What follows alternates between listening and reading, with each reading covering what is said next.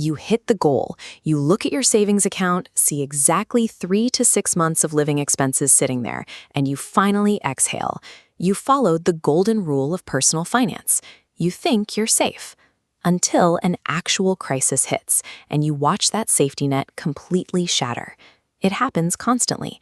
People who followed conventional wisdom, who built exactly the cushion they were told to build, lose their jobs, and within 4 months are putting groceries on high-interest credit cards just to survive. The math didn't hold up. The truth is, the 3 to 6 month rule was never a mathematical law. It is inherited advice from an entirely different economic era. It was designed for a 20th century labor market built on single-income households and rapid, straightforward recoveries. Look at the reality of modern unemployment. During economic downturns, the median duration of unemployment has repeatedly spiked over 25 weeks. That is more than 6 months. And because that is the median, half of all job seekers spend even longer filling out applications. Furthermore, actual emergencies rarely just substitute your income. They are additive. A medical event or a sudden eviction doesn't cleanly replace your normal recurring bills. It piles thousands of dollars in new costs right on top of them. Relying on a 20th century rule to protect you in a modern economy leaves you critically exposed exactly when the labor market tightens and you need that cash the most. To calculate what you actually need, we have to pull apart your current spending and isolate your strict survival budget. This means identifying the absolute necessities: housing, minimum debt payments, groceries, basic insurance, and entirely stripping away your discretionary lifestyle spending. Once you have that bare minimum core, you have to add a buffer for the unexpected. Take your last 2 years of unplanned costs: car repairs, vet bills, medical copays. Average them out monthly and stack that reserve on top of your essential bills. Now comes the multiplier. You need to multiply that monthly number by a timeline based on your actual job stability and how replaceable your skins are. If you work a highly specialized or niche role, the market for your labor is thin, which demands a much longer runway to secure a comparable position. You also have to account for income diversity. If you rely on a single, isolated salary, you have total exposure and need maximum coverage. But if you have freelance contracts or side hustle revenue, that provides a slight hedge, allowing you to contract your target timeline. When you run these variables honestly, you will find that the true safety number for most modern workers doesn't land at 3 months. It sits squarely between 6 and 12 months of that strict survival budget.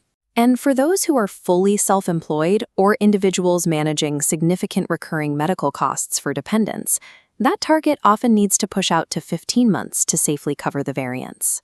A properly sized emergency fund absorbs both the initial impact of a catastrophe and the month-to-month volatility of your specific income stream.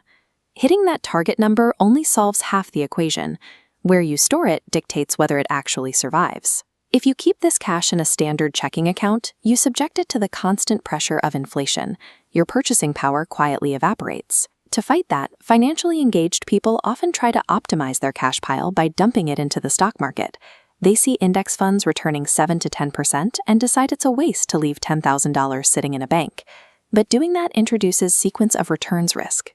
This is the very real danger that you will be forced to withdraw your money during the exact economic downturn that caused you to lose your job in the first place. This chart shows the S&P 500 index during the financial crash, marking the steep, sustained drops as the crisis accelerated. If your emergency fund was tied to index funds and you were laid off when this market plummeted, you had to pull your money out at the absolute bottom. You locked in massive losses just to pay your rent. The mathematically correct tool for this job is a high-yield savings account. It pays enough interest to offer meaningful inflation protection while keeping the principal completely safe and liquid enough to transfer in a single day. An investment portfolio has a very specific job: long-term growth. An emergency fund has a completely different job: pure, uncompromised safety on the worst day of your life. Do not mix the two. Here are the 2 steps you need to take right now. First, sit down and calculate your personalized 6 to 12-month target based on your survival budget. Second, open a dedicated high-yield savings account to house it. From there, set up an automated monthly transfer.